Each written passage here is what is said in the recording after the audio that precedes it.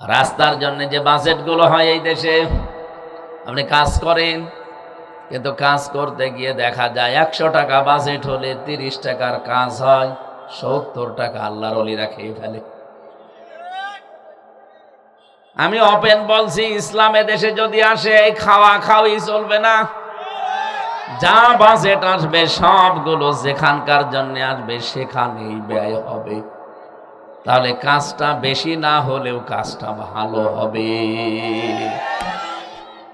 বাংলাদেশের মানুষ অনেকে কাজ করে বেশি, কিন্তু কাজটা ভালো না। কি কথা বোঝেন? বিশাল বিশাল ব্রিজ বানিয়েছে, ব্রিজ বড়, কিন্তু কাজ ভালো না, 2 দিন পরেই ভেঙে যায়। কুষ্টিয়ার মেডিকেল কলেজ পর্যন্ত বিশাল কর্মযজ্ঞ নিয়ে বানিয়েছে, উদ্বোধন করার আগেই একটা ছাদ ধসে পড়েছিল। এটাকে আমি বানিয়ে বললাম? রাস্তার জন্য যে বাজেটগুলো হয় এই দেশে, আপনি কাজ করেন, কিন্তু কাজ করতে গিয়ে দেখা যায় 100 টাকা বাজেট হলে 30 টাকার কাজ হয়, 70 টাকা আল্লাহর ওলিরা খেয়ে ফেলে। আমি ওপেন বলছি, ইসলামে দেশে যদি আসে এই খাওয়া খাওয়াই চলবে না। যা বাজেট আসবে সবগুলো যেখানকার জন্য আসবে সেখানেই ব্যয় হবে। তাহলে কাজটা বেশি না হলেও কাজটা ভালো হবে। বাইরের দেশগুলোতে কাজ ভালো করে, কাজ বেশি না, কাজ ভালো করে, এজন্য তাদের রাস্তা টিকে যায়। আমাদের রাস্তাও টিকতো যদি আমরা কাজ অল্প নিয়ে ভালো করতাম। কাজ বেশি নিয়ে করি খারাপ। বেশি কাজের আল্লাহর দরকার না, কাজটা দরকার ভালো। কি দরকার? আল্লাহ এখানে হাসানুন আমালুন দেননি, আহসানু আমালা। আমি ভালো কোয়ালিটি সম্পন্ন কাজ চাই। তোমার এই ছোট্ট জীবনে আমি যদি দেখি যে ভালো কাজ নেই, খালি বেশি বেশি কাজ আছে, আমি ওইটার দিকে তাকাবই না, আমি ভালো কাজটা দেখব। এই জন্য আমাদের উচিত হচ্ছে এই জমিনে যতদিন আছি অন্তত আমার জীবনে যেন কোনো শিরিক আসতে না পারে। এ দেশটাকে অশান্ত করার জন্য আজ যারা চেষ্টা চালাচ্ছেন, এই যে হত্যাযজ্ঞ চালাচ্ছেন, ওসমান হাদিকে আপনি মেরে ফেললেন, কত মানুষকে এভাবে তার জীবনের কোনো নিরাপত্তা নেই, পিটিয়ে মানুষ পাথর দিয়েও মেরে ফেলছে। কথা বলেন। এই অশান্ত বাংলাদেশকে শান্ত করার জন্য আমার মনে হয় এই 14 দফা কর্মসূচি বাংলার মুসলমানদের এখন হাতে নেওয়া লাগবে। এই জমিনে যত গুরুত্বপূর্ণ কাজ আছে, ফরজ আছে, সবচাইতে বড় ফরজের নাম হচ্ছে এ জমিন যার হুকুম চলবে তার। এটা এখন আমি কেবল বানালাম? বলেন। এরকম আয়াত কোরআনে 918 জায়গায় আমি পেয়েছি যে জমিন যার, এখানে অন্য কারো হুকুম আল্লাহ চলতে রাজি না, উনি ওনার হুকুম চালাতে রাজি। কারণ আল্লাহর হুকুমের বাইরে গেলে ওটা কি হয়ে যায়? শিরিক। বলেন বলেন। এখন যদি আপনি বাড়ি যেয়ে দেখেন যে আপনার স্ত্রীর কাছে পাশের বাড়ির একজন শুয়ে আছে, ও কিন্তু কিছুই করেনি, এমনি শুয়ে আছে, আপনার ভালো লাগবে? আপনি যদি পাগলও হন, লাঠি দিয়ে 2 জনকে পিটিয়ে আদা মারা করে ফেলবেন। ওরা তো কিছু করেনি, শুধু শুয়ে আছে। এতটুকু আপনার সহ্য হচ্ছে না, কারণ বউ তো ওই লোকের না, বউ কার? আরো জোরে বলেন। আল্লাহ পাক বলেন, বান্দা আমার, আমি বানিয়েছি ওরে, আর আমার সাথে অন্য কাউকে জুড়ে যখন থাকে তখন আমার আর ভালো লাগে না। ওরেও আমি ওইভাবে পিটিয়ে আদা মারা করে ফেলতাম। আমি কি বোঝাতে চাই আপনি বুঝে ফেলেছেন? এই না বোঝার ভান করে আছেন, কার হাত তোলেন তো দেখি। বোঝেননি? এদিকে আসেন। ও মুরব্বি, ওয়াজে হবে না, ও বাকারি শরীফ লাগবে। ফি কিতাবিল্লাহ ইয়াওমা খালাকাস সামাওয়াতি ওয়াল আরদা মিনহা আরবাআতুন হুরুম। সূরা তাওবার 36 নম্বর আয়াতে আছে, অবশ্যই গণনার দিক থেকে আল্লাহর নিকটে মাসের সংখ্যা 12টা। তার মানে আল্লাহ পাক যেদিন আসমান আর জমিন তৈরি করেন, ওই দিন তার কিতাবের ভেতরে 12টা মাসের নাম তিনি লিখে দিয়েছিলেন। তার ভেতরে রমজানও ছিল, রজবও ছিল। কিন্তু রমজানের মর্যাদা ছিল না ওই রকম। এমনি স্বাভাবিকভাবে সফর যেমন, রবিউল আউয়াল যেমন, রবিউল সানি যেমন, ওই রকম মর্যাদা সম্পন্ন ছিল রমজানও। শুধুমাত্র কোরআনে কারীম ওই মাসে আল্লাহ নাজিল করে তার দাম সবচাইতে বাড়িয়ে দিয়েছেন। আল্লাহ এর মাসে দিয়েছেন মিনহা আরবাতুল হুরুম, 4টা মাস আমি আল্লাহর কাছে পবিত্র, সম্মানিত, মর্যাদা সম্পন্ন। রজবের নাম যেহেতু তার ভেতরে আছে, আমাদেরও সম্মান এ মাসকে দেওয়া দরকার। এই আয়াতের তাফসীর পড়তে গিয়ে পেয়েছি, যেহেতু এটা দুনিয়া তৈরি হওয়ার পর থেকে এ মাস চলে আসছে, এ রজব মাসের বয়স 5 বছর, 10 বছর, 50 বছর না, কত বছর আমরা কেউ জানি না। কেউ জানি? 1500 বছর আগে এই মাসটাকে কাফেররা পর্যন্ত সম্মান দিত। তারা সম্মান দিত কি করে? আল্লাহ পাক বলেন তাদের সম্মান দেওয়ার কিছু কিছু নিয়ম নীতি তোমাদের সামনে বললাম। ফালা তাযলিমু ফীহিন্না আনফুসাকুম। 1 নম্বরে এই পৃথিবীতে তারা নিজেদের ওপরে জুলুম কমিয়ে দিত। তোমরাও নিজেদের ওপরে জুলুম করবা না। এখানে জুলুমের কয়েকটা অর্থ আছে। 1 নম্বরে জুলুম মানে গোনা। জুলুম মানে কি? পৃথিবীতে যতগুলো গোনা মানুষ করতে পারে, সবচাইতে বড় গোনার নাম শিরিক। ইন্না শিরকা লা যুলমুন আযীম। শিরিককে বড় জুলুম বলা হয়। গোনার যে শ্রেণী বিন্যাস আছে, ছোট গোনা, বড় গোনা, সগীরা, কবিরা, মাঝারি, মধ্যম, যত রকমের গোনা পৃথিবীতে হতে পারে, আল্লাহর দৃষ্টিতে সব চাইতে বড় গোনার নাম শিরিক। নাম কি? শিরিক কারে বলে? এক কথায় জবাব হচ্ছে, আল্লাহ যেটা পারে ওইটা অন্য কেউ পারে, এই বিশ্বাস করার নাম শিরিক। আমি তো এই আয়াতগুলো পড়ার পরে দেখেছি বাংলাদেশে বহু মুসলমানও নামধারী তারা শিরিক করে। কি কথা বলেন না কেন? আল্লাহ যেটা পারে ওইটা অন্য কেউ পারে। বলেন বলেন। আপনি একটা একটা করে মিলিয়ে দেখেন। এই পৃথিবীতে সন্তান মানুষকে দিতে পারে শুধুমাত্র আল্লাহ, আর কেউ পারে?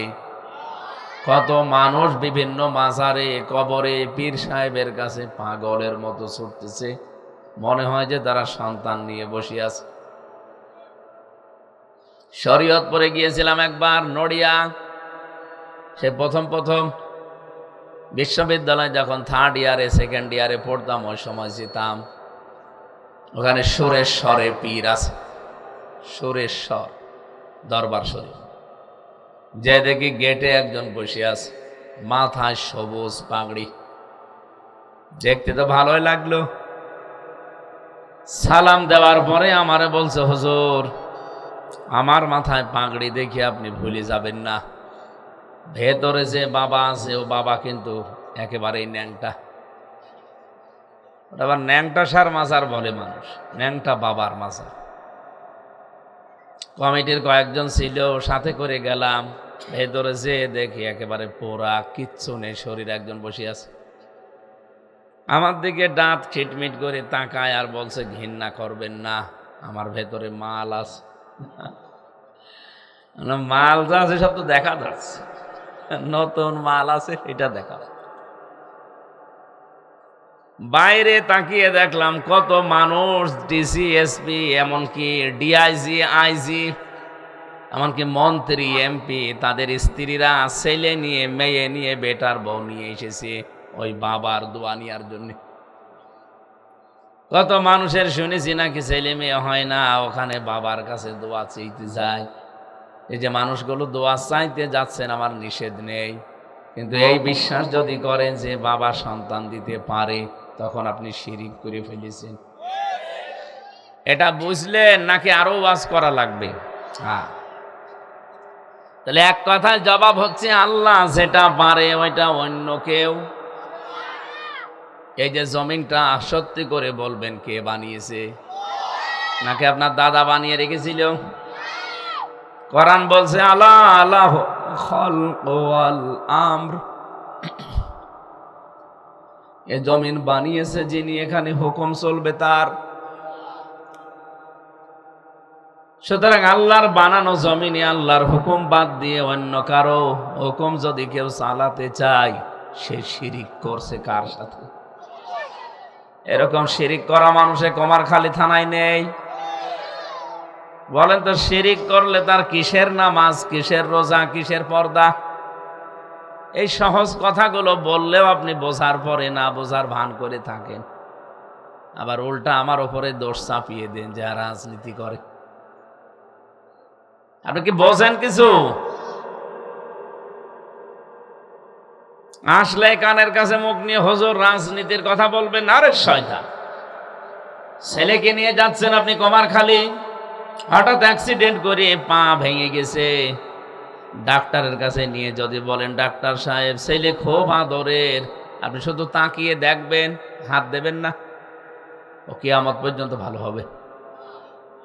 কি এ পর্যন্ত বুঝেছেন? ডাক্তার বলবে এখান থেকে নিয়ে যান, অন্য জায়গায় যান, আমার এখানে বদনাম হবে। আপনি যদি ধরতে না দেন, এখানে ব্যান্ডেজ করতে না দেন, ঔষধ দিতে না দেন, আপনার ছেলে আমি তাকিয়ে থাকলে ভালো হয়ে যাবে।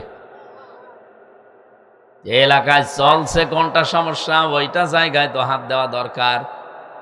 আপনি যেমন বুঝলেন যে শিরিক চলছে বিভিন্ন দরবার কেন্দ্রিক, মাজার কেন্দ্রিক, শিরিক তো আরো আছে। যেমন এই যে বোঝালাম আল্লাহর আইন এ জমিনে যারা চালাতে চায় না, অন্যের আইন এখানে কায়েম করতে চায়, তারা আল্লাহর সাথে শিরিক করছে।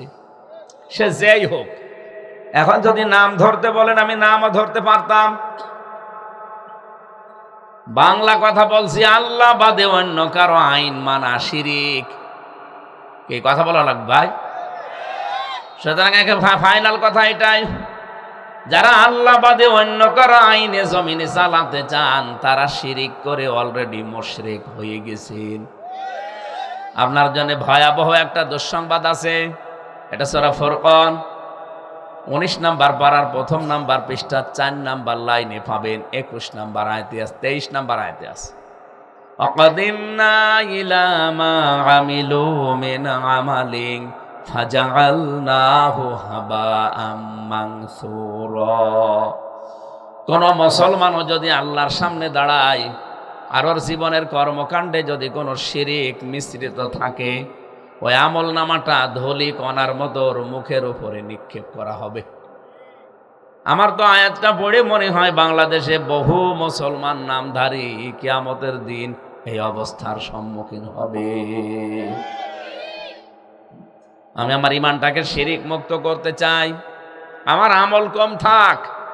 আখলিস দীনাকা ইয়াকফিকাল আমালুল কলিল। নবীজি বলেন আমল যদি কম হয়, এটা যদি ইখলাস নিয়ে করতে পারো, ইমানটা যদি খাঁটি করতে পারো, শিরিক মুক্ত করতে পারো, বেশি আমল লাগবে না, ওইটাই আমলের জন্য নাজাতের জন্য যথেষ্ট হয়ে যাবে। কোরআনে কারিমে আমি যে খুতবার ভেতরে পড়ছিলাম, আল্লাযী খালাকাল মাউতা ওয়াল হায়াতা লিয়াবলুয়াকুম আইয়ুকুম আহসানু আমালা। তিনি সে আল্লাহ যিনি তোমাদেরকে মওত আর হায়াত বানিয়ে দুনিয়ায় পাঠিয়েছেন। আল্লাহ পাক দেখতে চান তোমাদের ভেতরে ভালো কাজ করে কে আল্লাহর কাছে যেতে পারে। কি বললাম, আপনি কি কিছু বোঝেন নাকি আন্দাজে হাঁ করে আছেন? বলেন, কত গুরুত্বপূর্ণ অন্তত লাইনগুলো বলেছি, আপনি টের পেয়েছেন? এ বাংলাদেশে তাহলে আমরা যা দেখছি, এই যে 18 কোটি আমরা মানুষ মুসলমান দাবি করছি, প্রায় 92 ভাগ, আমার তো মনে হয় 92 ভাগ এখন মুশরিক ধরা যায়। আপনি বলেন,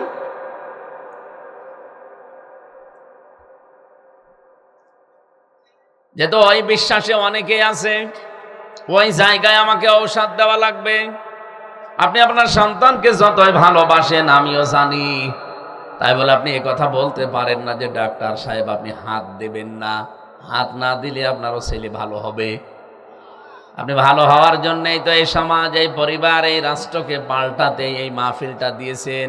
কোন কোন জায়গায় রোগ আছে ওই রোগের জায়গায় ঔষধ দেওয়া লাগবে।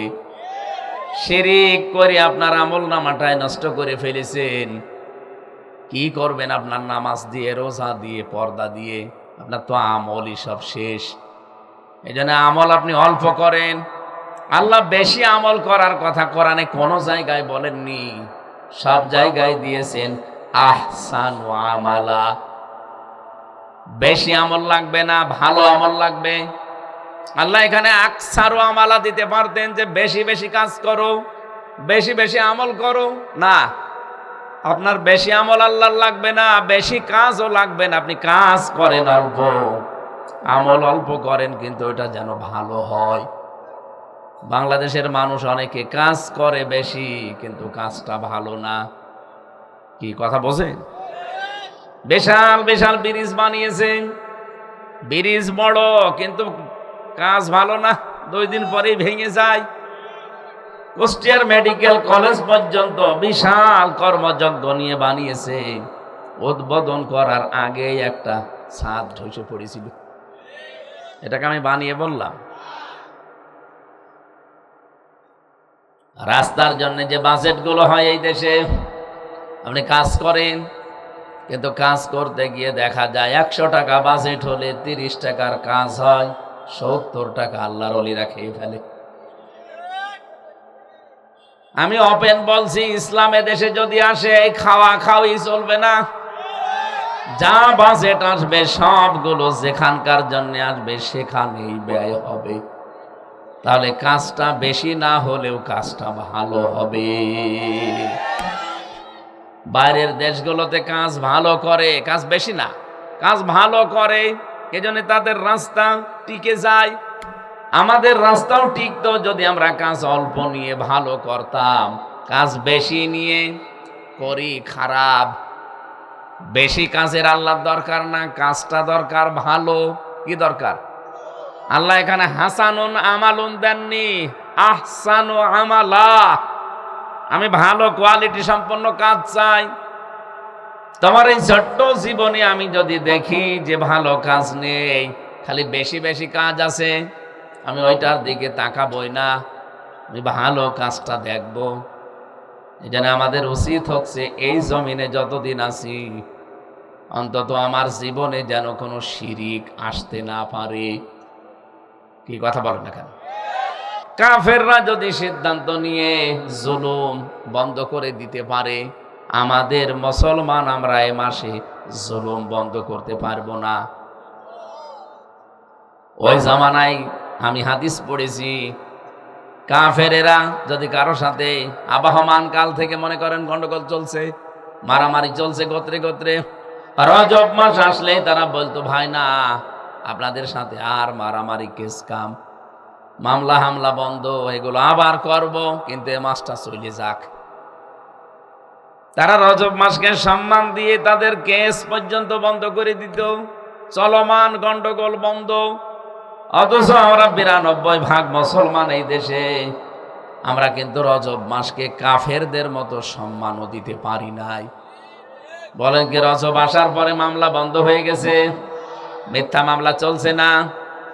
এই কথা বলেন না কেন? সাদাবাজি বন্ধ হয়ে গেছে। 2 নম্বরে সংশোধন করা লাগবে নিজেকে। বহু অপরাধ জীবনে করেছি না, আমি সংশোধন হয়ে গেলাম, আমি নিজেকে পরিবর্তনের জন্য দৃঢ় সিদ্ধান্ত নিয়েছি। রব্বুল আলামিন বলেন, মন যদি তৈরি করতে পারে কেউ, আমি কি করব জানো? ইল্লা মান তাবা ওয়া আমানা ওয়া আমিলা আমালান সালিহান ফাউলাইকা ইউবাদদিলুল্লাহু সাইয়্যাতিহিম হাসানাত। কোন মানুষ যদি এই নিয়তে বাড়ি থেকে বের হয় যে আজকে তাফসীর শুনতে যাচ্ছি, সত্যি আজকে আমি ভালো হয়ে যাব, তাওবা করার মাধ্যমে আমি ফিরে আসতে চাই। আল্লাহ পাক বলেন, আমি আল্লাহ শুধুমাত্র ওকে ফিরিয়ে এসে শেষ করে দেই না, ওর জীবনের যত অন্যায় ছিল সব পরিবর্তন করে নেকি দিয়ে পাল্টিয়ে দে। সিদ্ধান্তটা আপনি নিতে পারলে আল্লাহ তার কথা রাখবে ইনশাআল্লাহ। 3 নম্বরে, আমরা যারা এখানে এসেছি, আল্লাহর আয়াতে ছিল ওয়াকাতিলুল মুশরিকিনা কাফাতান কামা ইউকাতিলুনাকুম কাফা। তোমরা সংগ্রাম লড়াই চালাও এই পৃথিবীতে যারা মুশরিক তাদের বিরুদ্ধে। কিভাবে লড়াই করবা, সংগ্রাম করবা, আন্দোলন করবা? কাফাতান, যথাযথভাবে সমবেতভাবে হক আদায় করে। ওরা যেভাবে সব আজ এক হয়ে যায়, যারা শিরিক করে আপনি তাকান, বিশ্বের সবাই মুশরিক, সব এখন এক। আমি নাম নিলে কিন্তু বলতে পারতাম, এই বাংলাদেশেও যারা মুশরিক, যারা শিরিক করে, দেখেন তারা কিন্তু সব আজ এক হয়ে যাচ্ছে। আমাদের উচিত কামা ইয়াকাতিলুনাকুম কাফা, ওরা যেমন সব সমবেত হয়ে গেছে মানুষের তৈরি করা আইনে জমিনে প্রতিষ্ঠা করার জন্যে। নবীর উম্মত বলে যারা দাবি করেন, আল্লাহর বান্দা যারা দাবি করেন, তাদেরও এই সময় এক হওয়া লাগবে। আমরা যদি সব ভেদাভেদ ভুলে নবীর উম্মত, আমি আল্লাহর বান্দা, এই হিসাবে আমি যদি এখন এক হয়ে বিধানটাকে কার্যকর করার জন্য চেষ্টা চালাই, রজব মাসের হক আদায় হবে। যেহেতু কম বেশি ইমান একেবারে আমাদের নেই তা না, আছে, এটা জাগ্রত করা লাগবে। ওয়ালামু, জেনে রাখো, আন্নাল্লাহা মাআল মুত্তাকিন, অবশ্যই আমি আল্লাহ যারা সচেতন, যারা পরহেজগার, যারা আল্লাহওয়ালা, যারা মুত্তাকি, এই মানুষগুলোর সঙ্গে আছি। এখানে একটা ভুল ব্যাখ্যা দেওয়া হয় বাংলাদেশে। অনেকেই মনে করে মুত্তাকি মানে বিশাল জুব্বা গায়ে দিয়ে দাড়ি বড় বড় রেখে শুধু জিকির করা, এ বিশাল ভালো মানুষ। মানুষের ভেতরে প্রচারও হয়ে গেছে লোকটা খুব আমলকারী, শুধু মসজিদে বসে বসে জিকির করে। আমার প্রশ্ন হচ্ছে, এই যে মসজিদে বসে বসে লোকটা জিকির করে, দুনিয়ার কোনো খেয়াল আর তার নেই, এ আমলকারী বলে আপনি চালিয়ে দিলেন। মসজিদে বসে জিকির করা এটা কি কোনো আমল? কি কি এটা কি? কথা না বুঝে আন্দাজে না। আবার বলছি, মসজিদে বসে একটা লোক জিকির করছে, দুনিয়ার কোনো খেয়াল তার নেই, সে সচেতন না। এ দেশে বিক্রি হয়ে যাচ্ছে, সেদিকে তার টার্গেট নেই। এ দেশে যে আল্লাহর আইন চলে না, এ ব্যাপারে তার কোনো মাথা ব্যথা নেই। এখন আমরা সবাই এলাকায় মনে করি লোকটা খুব ভালো মানুষ, আল্লাহওয়ালা, ও খুব আমল করে। মসজিদে বসে জিকির করা, এটা যেহেতু বললেন যে এটা আমল না, আসলে আমল না। আমল মানে কি বলেন বলেন তো? ওটা কি কাজ? কি কাজ করলেন আপনি? কাজের তো একটা শ্রেণী বিন্যাস আছে। একটা জিনিস কখন কাজ হয়? আমার যে প্রশ্ন হচ্ছে, এই জায়গায় কাজের মতো জিনিস কয়টা বলেন তো গুরুত্বপূর্ণ? এই যে সামিয়ানাটা আর এই খুঁটিগুলো, এই খুঁটি আর সামিয়ানা, এখানে কাজ, গুরুত্বপূর্ণ কাজ। এই দুইটা যদি না থাকে, জীবনেও এটা টিকবে। আর কেউ স্টেজ বলবে। এখানে গুরুত্বহীন অনেক জিনিস আছে যেগুলো কেউ কাজ বলা যায়, কিন্তু সেগুলো না হলেও অসুবিধা নেই। যেমন এই টেবিলটা, এই টেবিল যদি এখানে না থাকতো, কেউ বলতো না এটা মঞ্চ, বলতো না। এই হ্যাঁ জোরে বলতে কি হচ্ছে? এই যে ভিডিও করছে, ক্যামেরা গুলো যদি না থাকতো, কেউ বলতো না এটা মঞ্চ। বলেন বলেন। ওই যে পুলিশ দাঁড়িয়ে আছে, ও পুলিশ যদি না থাকতো, কেউ বলতো না যে এটা মঞ্চ। তাহলে এই পুলিশ, আমার ভিডিও ক্যামেরা, এই টেবিল, এমনকি এখানে অনেক অপ্রয়োজনীয়, যেগুলো না থাকলে অসুবিধা নেই। এই যে জগ, গ্লাস, ফ্রিজ, এই খাতা, টিস্যুর বক্স, এগুলো আছে, কিন্তু এগুলো না হলেও চলে, কিন্তু চলবে না শুধুমাত্র এই এই সামিয়ানা আর এই খুঁটিগুলো। এটা যদি বুঝে থাকেন বলেন বুঝেছেন কিনা। এখানে গুরুত্বপূর্ণ জিনিস পেলাম কয়টা? আরো জোরে বলেন। গুরুত্বহীন জিনিস কি দুইটা? কত? অনেক, যত বলবেন তত বাড়বে। জীবনের প্রতিটি ইবাদতে আমার আল্লাহ দেখবেন কিছু গুরুত্বপূর্ণ জিনিস আলাদা করে দিয়েছেন, আর গুরুত্বহীন জিনিসগুলো আলাদা আছে। নামাজ একটা ইবাদত, এর ভেতরে গুরুত্বপূর্ণ হচ্ছে 13টা, যেটাকে আমরা ফরজ বলে ডাকি। কয়টা? এই 13টা ফরজের একটা ফরজ যদি কেউ আদায় না করে ওর নামাজ হবে। আরো জোরে বলেন। এখন যদি আজকের সভাপতি আব্দুর রউফ, না মঞ্জু, আব্দুর রউফকে, আমার ভাইরা, আমি যেটা উদাহরণ দিয়ে বোঝাতে চাই, নামাজ একটা ফরজ ইবাদত, 13টা জিনিস গুরুত্বপূর্ণ, তারে আমরা ফরজ বলে ডাকি। এই 13টার 12টা আদায় করেছেন, একটা আদায় করেননি, নামাজের সওয়াব হবে কয়টা? গ্রাম্য মানুষেরা বলবে কি, 12টা তো আদায় করেছি, অন্তত 5টা সওয়াব দেন। হবে না, কারণ আপনার সামিয়ানার খুঁটি এই দুইটা ফরজ, এই দুইটার একটা না থাকলে আপনার কেউ খুঁটিও বলবে না, সামিয়ানাও বলবে না, স্টেজও বলবে না। এটা যেমন বুঝেছেন জীবনে গুরুত্বপূর্ণ কাজ প্রতিটি ইবাদতে আলাদা আলাদা করা আছে। হজের ভেতরে যে 3টি কাজ আছে ফরজ, কয়টা? এই 3টা যদি আদায় না করে আপনি 100টা করেছেন নফল সুন্নত ওয়াজিব, আপনার হজ হবে? হবে না। নামাজের ভেতরে এমন আছে, ওযুর ভেতরেও আছে, এমনকি ইমানের ভেতরেও আছে গুরুত্বপূর্ণ। এই ইমান ঠিক রাখার জন্য 10টা কাজ মাস্ট বি করা লাগবে। এই 10টার বাইরে যদি আপনি চলে যান, ওই ইমান আর ইমান থাকবে না। ওযু করলে ওযু থাকে না, 7টা কারণে ওযু নষ্ট হয়ে যায়, ভেঙে যায়। কথা বলেন না কেন?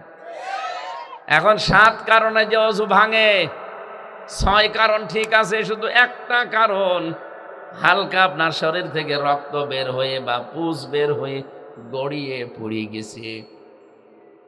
যতক্ষণ থাকবে শরীরে আপনার ওযু ভাঙবে না, ঠিক থাকবে। যখনই এখান থেকে গড়িয়ে পড়ে যাবে আপনার ওযু শেষ। এখন এই ভাঙা ওযু দিয়ে নামাজ পড়লে নামাজ হবে? আপনি যদি বলেন না এতটুকু আর কি হয়, কি হয় মানে? এরকম যত ইবাদত কোরআনে আল্লাহ দিয়েছেন, প্রতিটা ইবাদতের আলাদা আলাদা ফরজ, ওয়াজিব, সুন্নাত আছে না নেই? কি বুঝলেন? আমি এতক্ষণ পর্যন্ত যে চিল্লাচ্ছি একটা জিনিস বোঝানোর জন্যে, জীবনের গুরুত্বপূর্ণ কাজগুলো যদি কারো না থাকে, গুরুত্বহীন যে কাজগুলো ওগুলো না করলেও হয়, যেগুলো হাজার হাজার করে আপনি একেবারে পাহাড় পরিমাণ করে ফেলেছেন।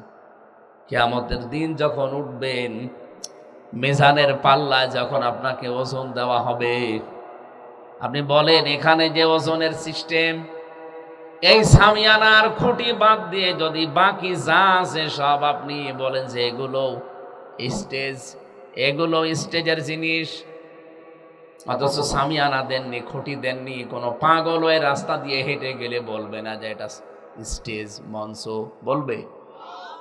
কিয়ামতের দিন আল্লাহ পাক যখন আপনার আমলনামা দেখবে, ওর ভেতরে গুরুত্বপূর্ণ যেটা ফরজ ওইটা থাকা লাগবে আগে।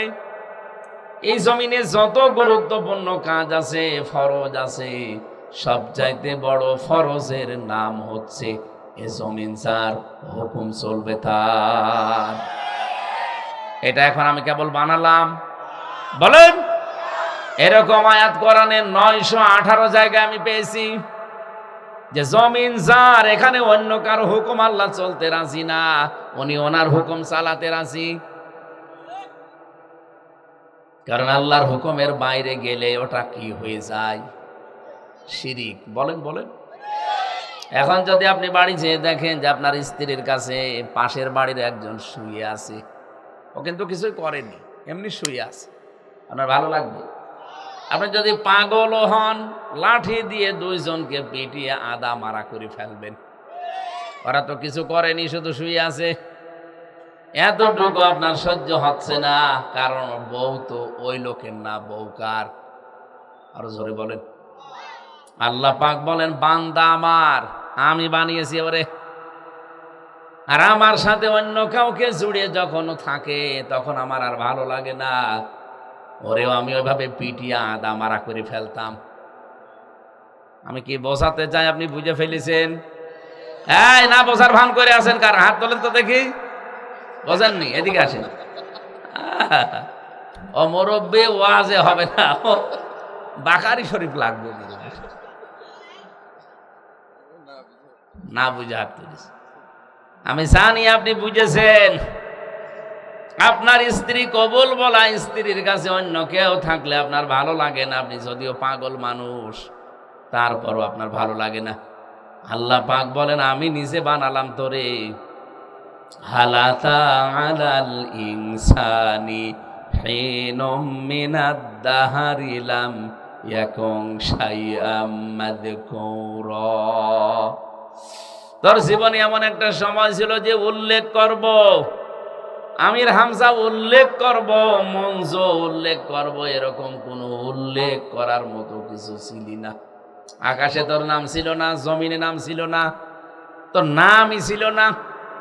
নেই থেকে আস্তে আস্তে করে ধরে মঞ্জু বানিয়ে এখানে বসিয়েছি, নেই থেকে আস্তে আস্তে হামজা বানিয়ে তোরে এখানে বসিয়েছি। প্রতিদিন তোর শরীরের ভেতরে 5.5 কেজি করে রক্ত চলাচল করছে। এগুলোর চলাচলে বিঘ্ন ঘটলে ক্যান্সার হয়। বিজ্ঞান এখন প্রমাণ করে দেখিয়েছে মানুষের শরীরে প্রায় 5 প্রকার ক্যান্সার হয় রক্তের ভেতরে। রক্ত চলাচল করাচ্ছে আল্লাহ 70,000 ফেরেশতা কাজে লাগিয়ে দিয়েছে।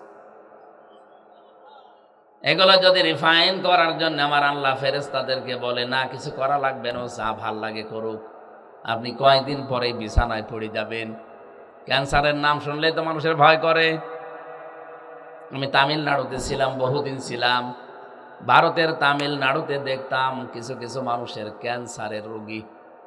যেখানে ছিলাম হোস্টেলে, আমার অধিকাংশ আশপাশে সব ক্যান্সার। কমপক্ষে 10 জনকে পেয়েছিলাম ওই বিল্ডিং এ, সব বাংলাদেশ থেকে, কলকাতা থেকে যাওয়া।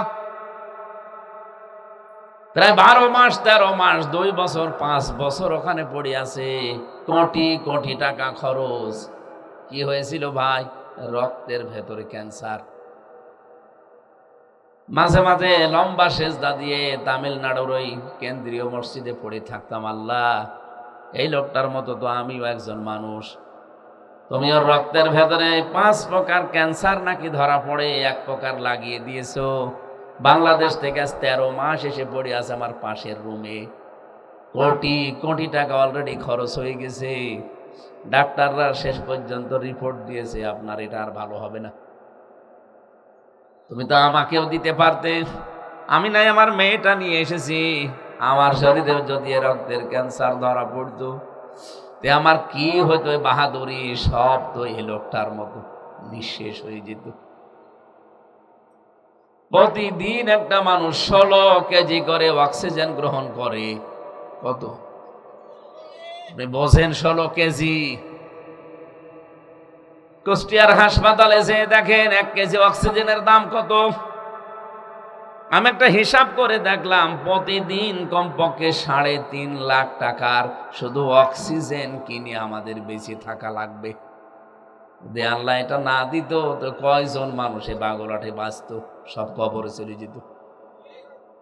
এই যে সূর্যটা আল্লাহ আমাদের মাথার উপরে চালিয়ে রাখে, 30,000 কোটি ফরেনহাইট বিদ্যুৎ খরচ হয় 1 সেকেন্ড ওটা জ্বালাতে।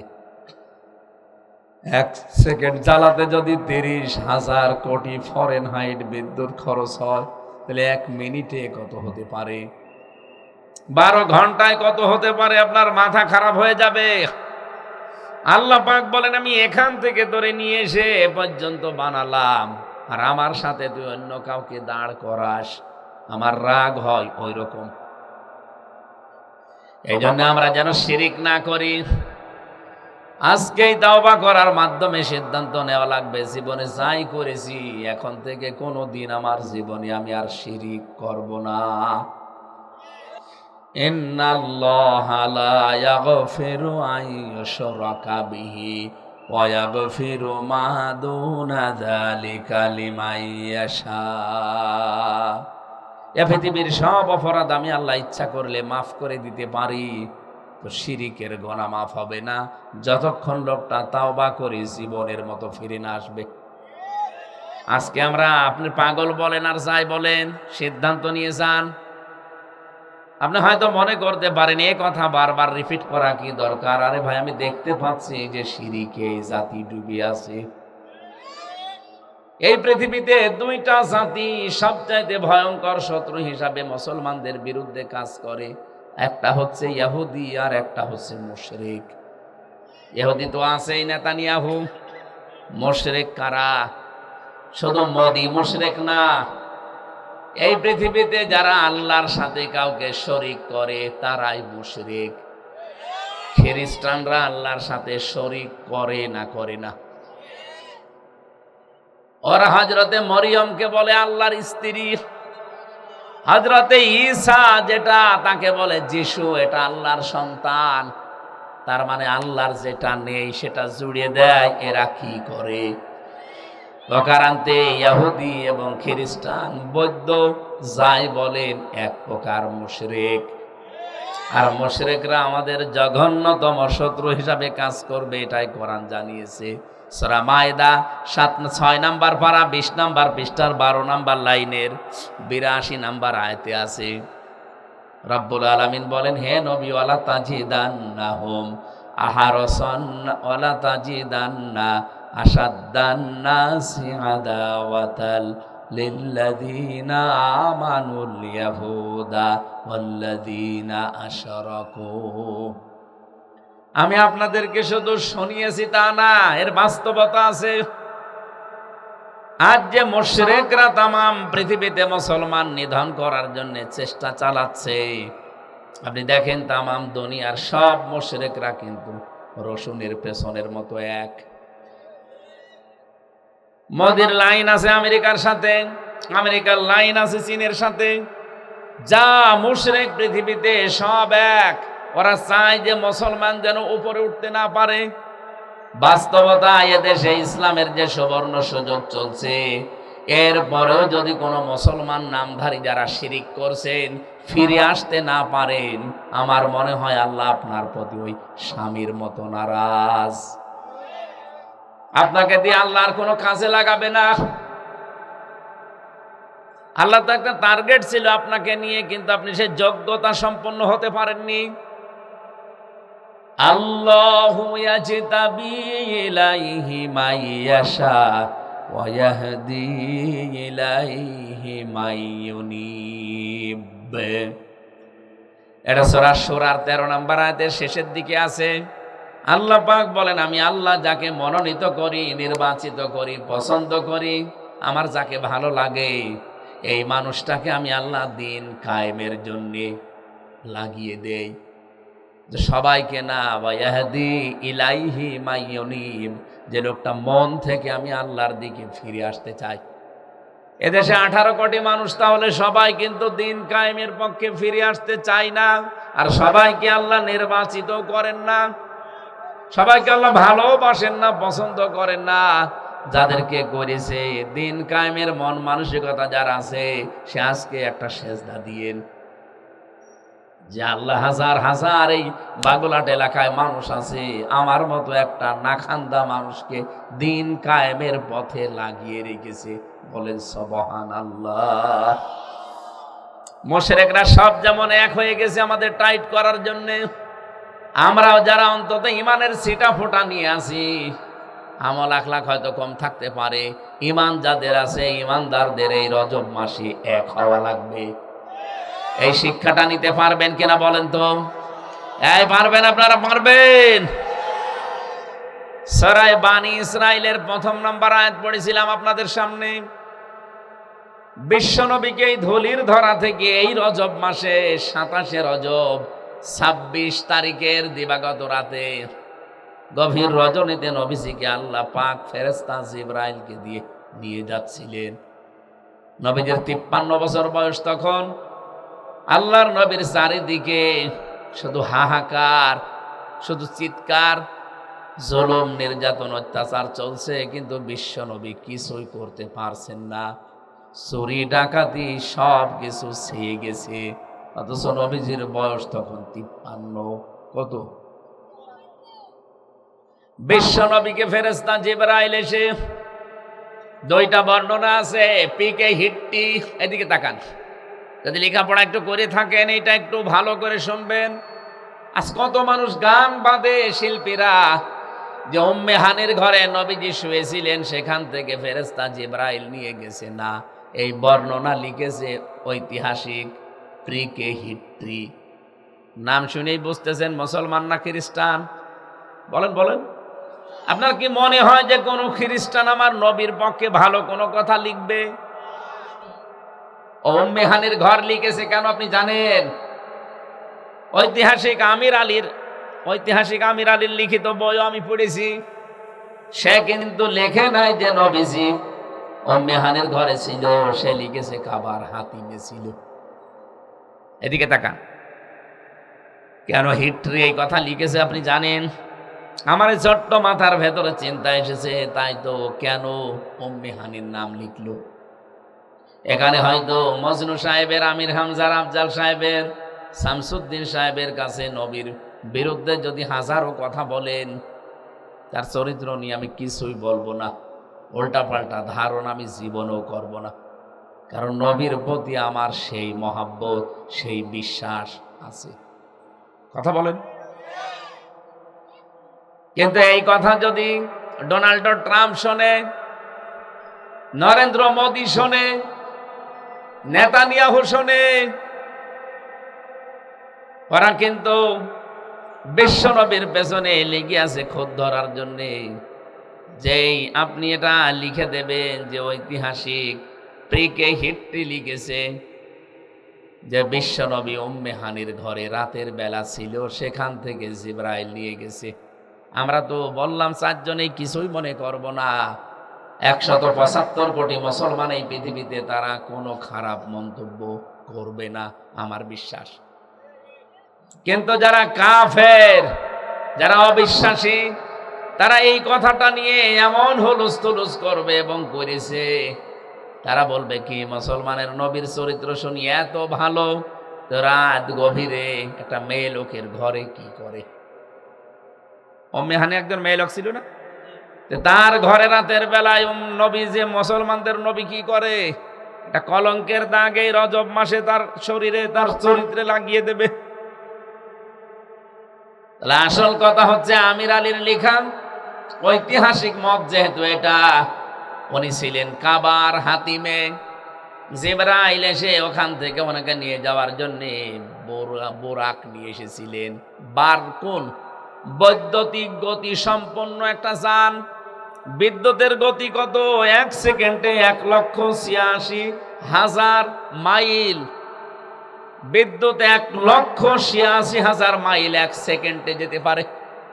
তাহলে এরকম একটা যানবাহন নিয়ে এসেছিলেন, তার নাম হচ্ছে বোরাক। ইংরেজিতে বিদ্যুৎ বলে, কি বলে? কারেন্ট। বাংলায় বিদ্যুৎ বলি আমরা। এরকম একটা গতি সম্পন্ন যান নিয়ে ওনাকে নিয়ে গেলেন প্রথম আসমানে, এখান থেকে দ্বিতীয়, যেতে যেতে একেবারে সিদরাতুল মুনতাহায় যাবার পরে বিশ্ব নবীকে ডাক দিয়ে বলেন, মোহাম্মদ, আমি আর যেতে পারবো না, এখানে একটা নতুন আল্লাহর কুদরতি বিছানা আসবে, তার নাম রফরফ, ওখানে আপনি চড়েন, এর উপরে আমার আর যাওয়ার ক্ষমতা নেই। নিয়ে চলে গেলেন ওখান থেকে। আল্লাহ রাব্বুল আলামিন বলেন, সুবহানাল্লাযী আসরা বিআবদিহি। কোরআন শরীফের যত ঘটনা আমি পড়েছি, কোন ঘটনার কথা বলতে গিয়ে আল্লাহ তার এই নামটা দেননি। আমরা কোনো আশ্চর্য জিনিস দেখলে কি বলি?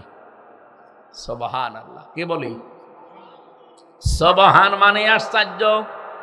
আল্লাহ বলেন, ঘটনা এমন ভাবে আমি তোমাদেরকে শোনালাম, বা এই ঘটনা এমন ভাবে ঘটেছে, হে নবী আমি আল্লাহ নিজে এই ঘটনা বর্ণনা করতে আশ্চর্য।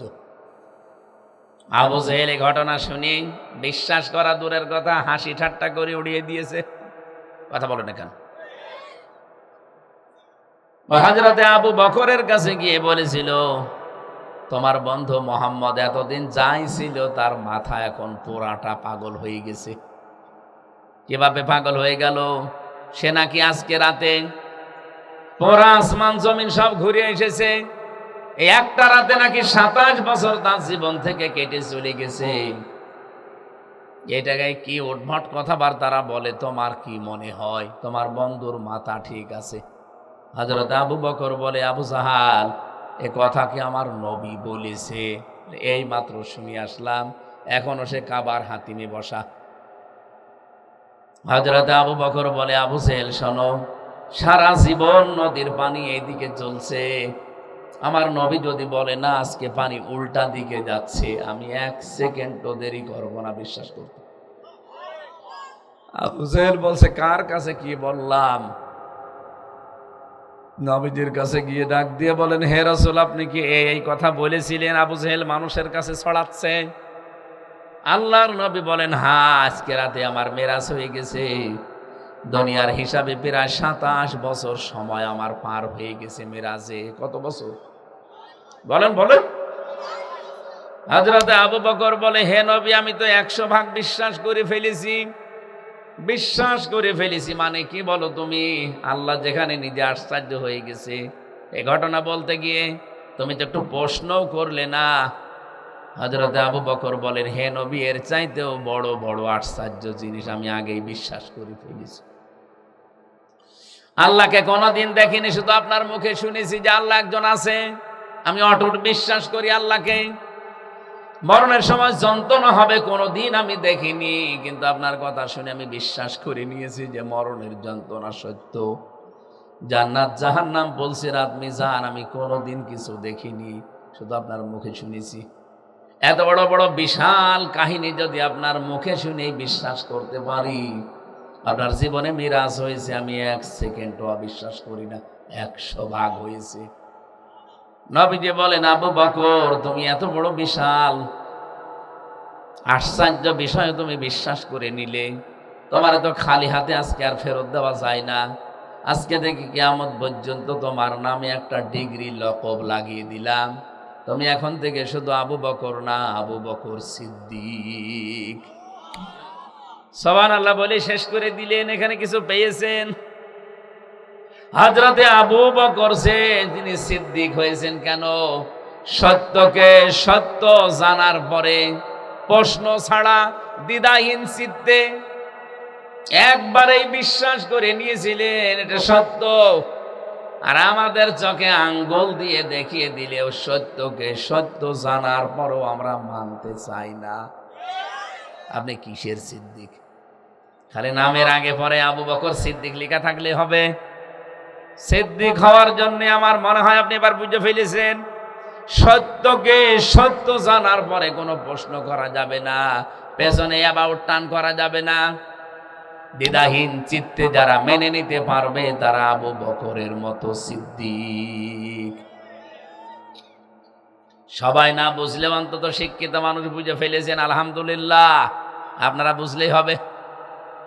সত্যকে সত্য জানার পরে আপনি পেছনের অ্যাবাউট টান করতে পারবেন না, আপনাকে মেনে নেওয়া লাগবে। আল্লাহ এত বড় আশ্চর্য ঘটনা বলছিলেন যে সুবহানাল্লাযী আসরা বিআবদিহি লাইলাম মিনাল মাসজিদিল হারামি ইলাল মাসজিদিল আকসা। মসজিদে হারাম থেকে মসজিদে আকসা পর্যন্ত ভ্রমণ করিয়েছেন। লিনুরিয়াহু মিন আয়াতিনা, আল্লাহ বলেন আমার বিভিন্ন নিদর্শন তাকে আমি দেখিয়েছি। কেটে গেছে তোমাদের গণনা অনুযায়ী 27 বছর। কত বছর? আমি আল্লাহর কাছে এই মেরাজে নিয়ে তাকে আমি 27 বছর রেখে 14টা জিনিস একটা একটা করে শিখিয়েছি। কারণ নবীজি অশান্ত পৃথিবীতে ছিলেন।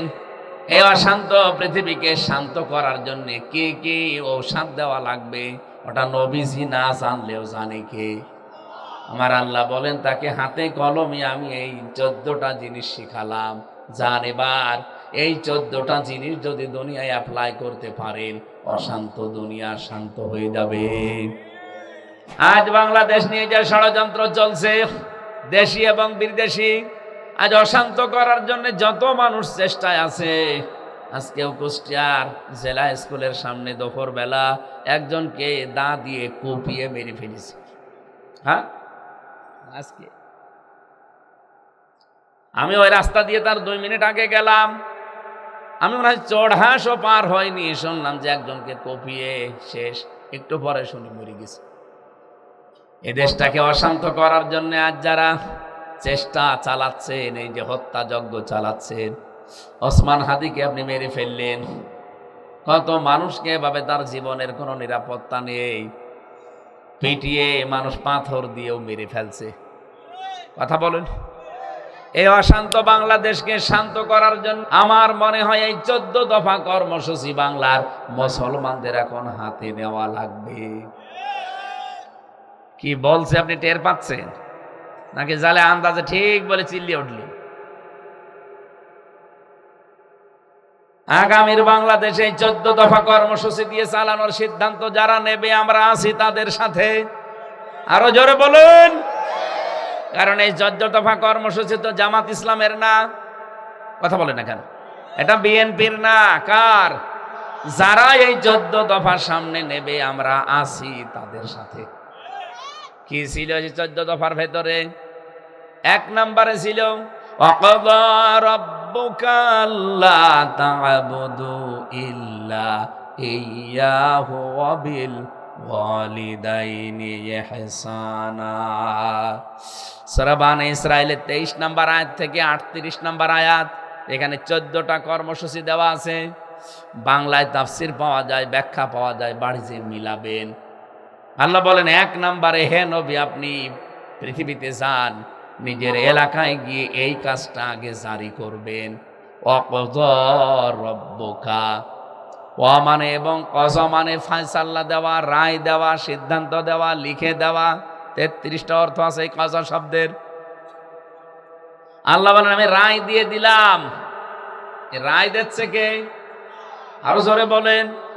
এ রায় কিন্তু আমির হামজার না, রায় বাংলাদেশ জামাত ইসলামের না, রায় সরাসরি কার? এ বাংলাদেশে রায় আছে না নেই? কয় প্রকার রায় হয় বলেন তো? হ্যাঁ, কোন এলাকায় আসলে? আপনি কি কোর্টে মোটে যান না নাকি? বলে কোর্টে যাব কেন, আমরা তো আল্লাহর ওলি, কোর্টে যাবেন আপনারা? 4 প্রকার রায় হয় এই বাংলাদেশে। কুষ্টিয়ার ম্যাজিস্ট্রেট কোর্টে যান, আপনার বিপক্ষে যদি রায় আসে, আপনি বলতে পারবেন না আমি মানি না। হ্যাঁ, এতটুকু বলা যায় যে আমি ন্যায় বিচার পাইনি, আমি ওপরে যাব। যান, আপনি কোথায় যাবেন? যান জজ কোর্টে যান কুষ্টিয়ার। জজ কোর্ট থেকে যদি আপনার বিরুদ্ধে রায় আসে, আপনি বলতে পারবেন না আমি মানি না। এতটুকু বলার ক্ষমতা আছে যে আমি ন্যায় বিচার পেলাম না, আমি ওপরে যাব। যান, কোথায় যাবেন? এখন আর কুষ্টিয়ায় হবে না, এখানে যাওয়া লাগবে ঢাকা হাইকোর্টে। হাইকোর্ট থেকে আপনার বিরুদ্ধে যদি রায় আসে, প্রায় 56টা বেঞ্চ আছে হাইকোর্টে, যে কোনো বেঞ্চে মামলা তুলবেন। যদি বিরুদ্ধে রায় চলে আসে, আপনি বলতে পারবেন না আমি মানি না। এতটুকু বলার ক্ষমতা আপনার আছে যে আমি ন্যায় বিচার পেলাম না, আমি আরো উপরে যাব। যান, আর একটা জায়গা আছে সুপ্রিম কোর্ট। এবার বেঞ্চ 2টা। আপনারা কি কথা শুনতেছেন? বাংলাদেশের এখন প্রধান বিচারপতি যিনি আছেন জোবায়ের, কয়েকদিন আগে নিয়োগ পেয়েছেন। এই লোকটা যদি একবারে আপনার বিরুদ্ধে রায় দিয়ে দেয় ওই বেঞ্চ থেকে, শুধু আপনি না, আপনার বাপ নাই, দেশের 18 কোটি মানুষের রায় মেনে নিতে বাধ্য। কারণ এদেশে বাংলার প্রধান বিচারপতি জোবায়ের সাহেবের উপরে কোনো বিচারপতি আর নেই। কথা বলেন না কেন? উনি যা সিদ্ধান্ত দিয়েছে, যেহেতু উপরে আর কিছু নেই, আপনাকে মেনে নেওয়া লাগবে। আমার তো মাঝে মাঝে এই রায়গুলোর দিকে তাকালে মনে হয় বাংলাদেশের প্রধান বিচারপতি জোবায়ের সাহেবের চাইতে আমার আল্লাহর ক্ষমতা একটু কম, না একটু কম। অনেক বেশি হলে উনি যে রায় দিলেন, এই যে এখানে 14টা রায় আছে, এই রায়গুলো আপনি মানেন না কোন কারণে? এ রায় কি হামজা দিয়েছে? এ মজনু দিয়েছে? এ রায় কার? আল্লাহ বলেন আমার রায় যদি মানতে ভালো না লাগে, যদি মনোপুত না হয়, ওর তো ম্যাজিস্ট্রেট কোর্ট ছিল, জজ কোর্ট ছিল, হাই কোর্ট ছিল, সুপ্রিম কোর্ট ছিল, তোর কোন কোর্ট আছে?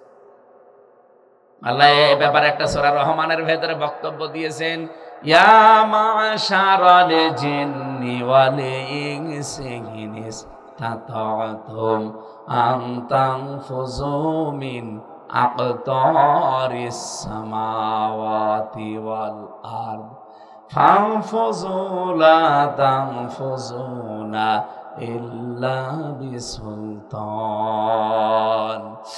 জবান খুলে পড়েন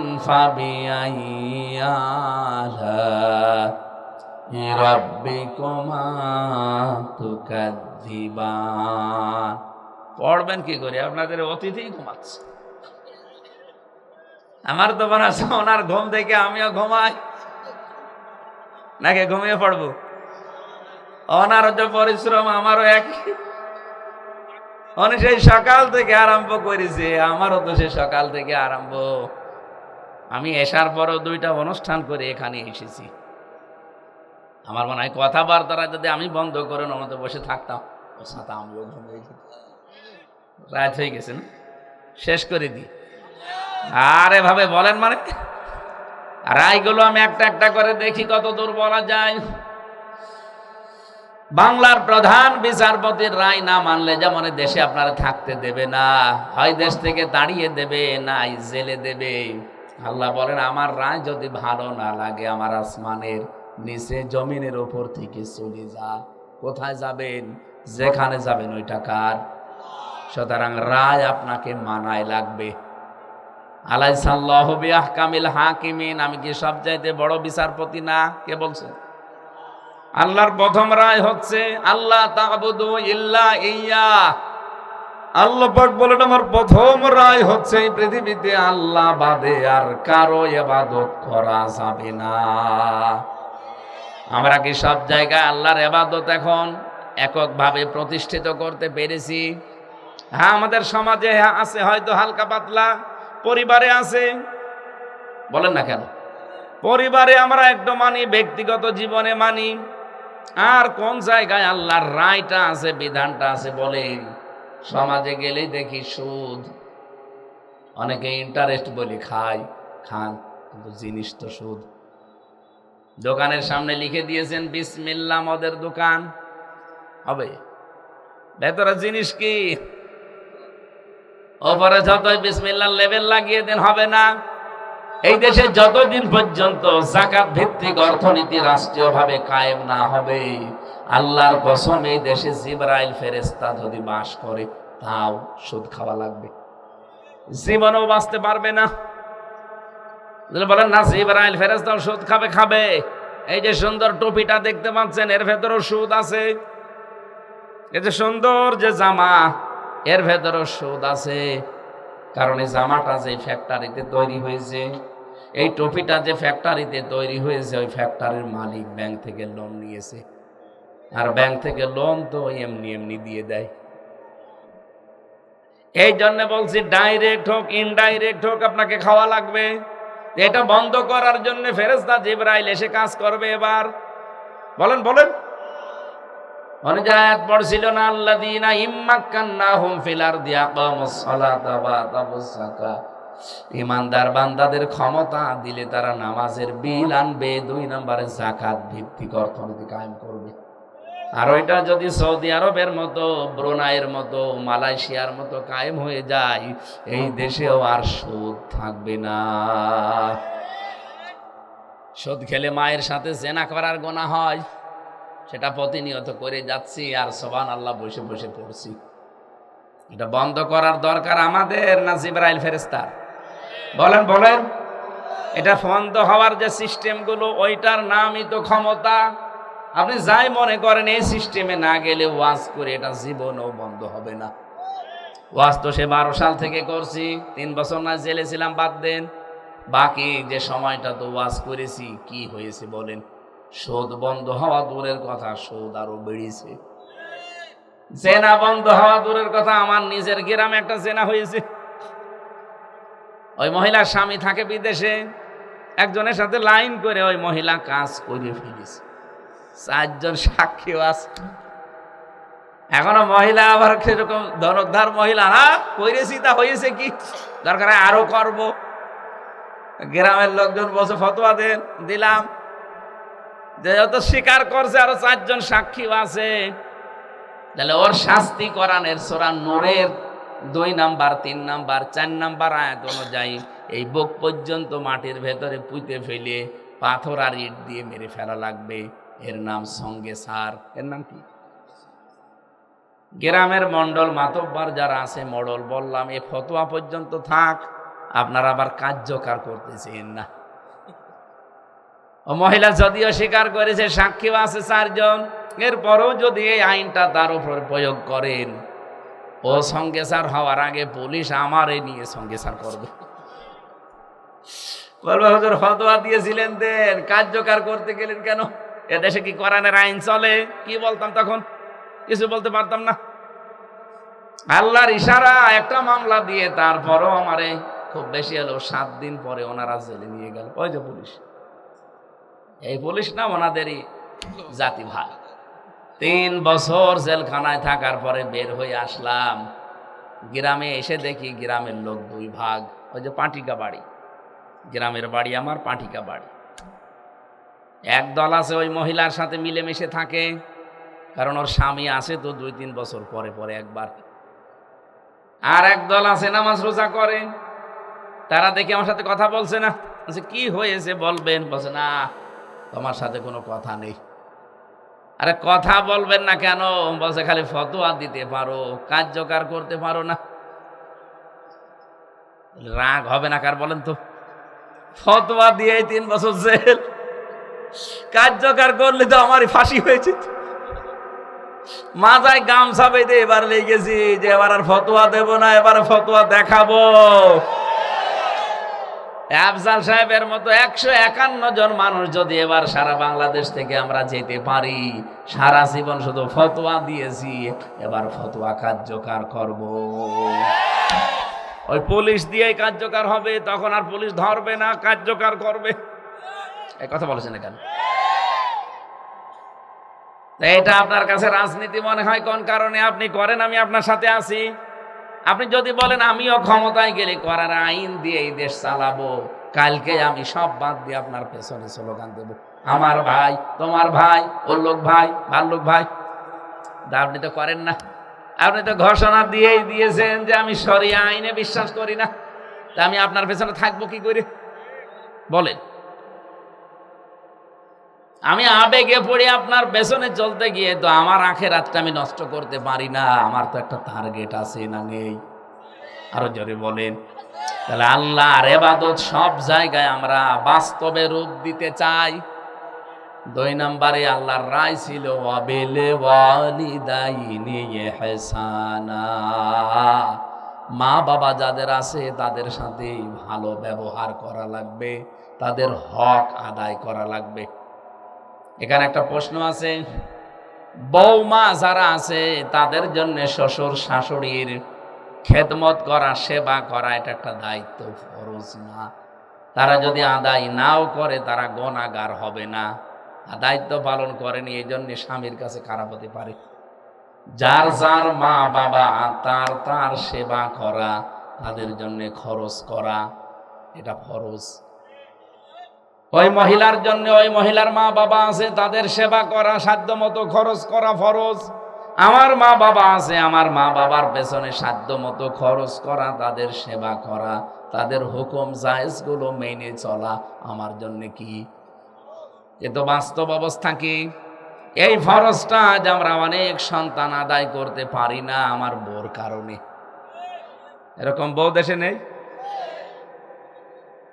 আমি আমার সন্তান হিসাবে আমার মার বাবার হক আদায় করতে চাই, কারণ এটা রজব মাসের 2য় শিক্ষা রায়। কিন্তু আমরা পারছি না। 100 জনের প্রায় 90 জন সন্তান। আজকে আমি একটা জানাজা পড়ালাম সকালে, ওই মহিলার 13টা ছেলে মেয়ে। মারা গেছে 95 বছর বয়স, কুষ্টিয়াতে 95 বছর বয়স। ওনার 8টা মেয়ে 5টা ছেলে। কত হয়? জানাজার সময় এসে এক একজন কাঁদছিল আর বলছিল নাম। তো দেখলাম সিরিয়াল ধরে, নাম আমি জানি না, বলছে 5 নাম্বার 7 নাম্বার, মানে নাম তো বলতে পারছে না। অনেকে যারা ডাকছে, ইমাম সাহেব বলছে 7 নাম্বার আসেন, বলেন কিছু, 5 নাম্বারটা বলেন।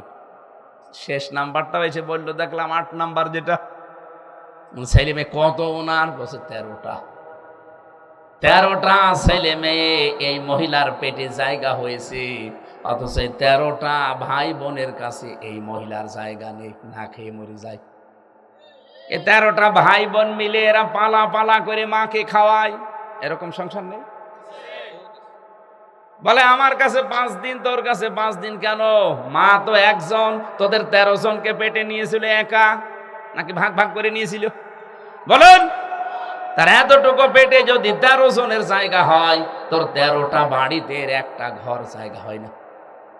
ভাগ ভাগ করে নেওয়া লাগে। তোর মতো কপাল পোড়া এ দুনিয়ায় আর নেই। 4টা ছেলে 4টা মেয়ে একটা লোকের দেখলাম কুষ্টিয়াতে, 2 জন স্বামী স্ত্রী, মুরব্বী হয়ে গেছে, ছেলেরা এত নেমো খারাপ, 4 জন মিলে কায়দা করে বাবার সম্পদগুলো সব লিখে নিয়েছে। এরপরে বাবা মাকে ছেড়ে দিয়েছে, ওরা এখন রাস্তায় 2 জন ভিক্ষা করে খাচ্ছে। তো মজমপুরে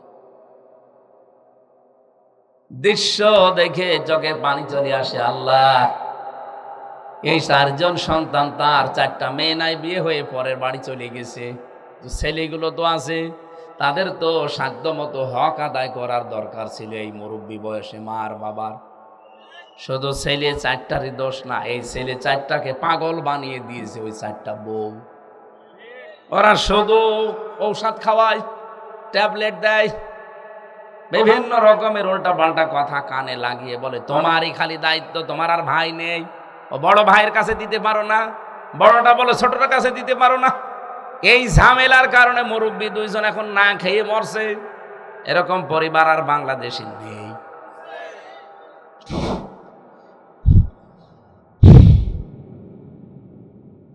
আমি ছাত্র বয়সে যখন মাস্টার্সে পড়তাম, তখন রাঙ্গামাটি জেলায় গিয়েছিলাম একবার। লংগদু থানার নাম, বিশাল এলাকা। সেই পানি, বিশাল এলাকার পানি পার হয়ে যাওয়া লাগে, রাতের বেলা আসার কোনো সিস্টেম নেই। রাত 12টার পরে চিন্তা করলাম কি করি, বলে যাওয়া যাবে না সকালে। ওখান থেকে নিয়ে এসে লংগদু বাজারে আমার বলছে, মাওলানা অনেক দূর থেকে, সে কুষ্টিয়া থেকে এসেছেন, আবার জীবনে রাঙ্গামাটি আসবেন কিনা, চলেন আপনাকে আমরা বৃদ্ধাশ্রম দেখাই। বৃদ্ধাশ্রমে নিয়ে গিয়ে দেখি একটা লোক, উনি কলেজের অধ্যাপক, মায়ের পায়ের কাছে বসে বসে কাঁদতেছে। সবগুলো ঘুরতে ঘুরতে এসে ওই জায়গায় আমার চোখ পড়ে আটকিয়ে গেল। জিজ্ঞাসা করলাম, কি আপনার পরিচয়? নাম বললো, বলছে আমি কলেজের অধ্যাপক। আমার মা দেখি আস্তে আস্তে ওর কাছে বলছে, বাবা আমি যেদিন মরে যাব, আমার মাথার ওপরে যে ফ্যান আছে, এই পাখাটা তুই পাল্টিয়ে নতুন ফ্যান লাগিয়ে দিবি। ছেলেটা বলছে, মা তুমি তো মরেই যাবে, তখন আর ফ্যান কি হবে? বলছে লাগবে, কারণ আমার এই 3 মাস এখানে আমি আছি, এই ফ্যানটা ঘোরে না। বারবার ওদেরকে বলেছিলাম, আর আমার কথাও শুনি না। আমার তো মনে হচ্ছে তুই আমার সাথে যা আচরণ করলি, কিছুদিন পরে তোর ছেলে তোর এখানে রেখে যাবে। তোর তো আবার ফ্যান ছাড়া ঘুম আসতে চায় না গরমে, তোর কষ্ট হবে। এই জন্য আগে থেকে তোরে আমি সতর্ক করে দিলাম, ফ্যানটা পাল্টিয়ে দিস, তোরই উপকার হবে। এই কথা বলতে বলতে দেখি ওর মা মরে গেল।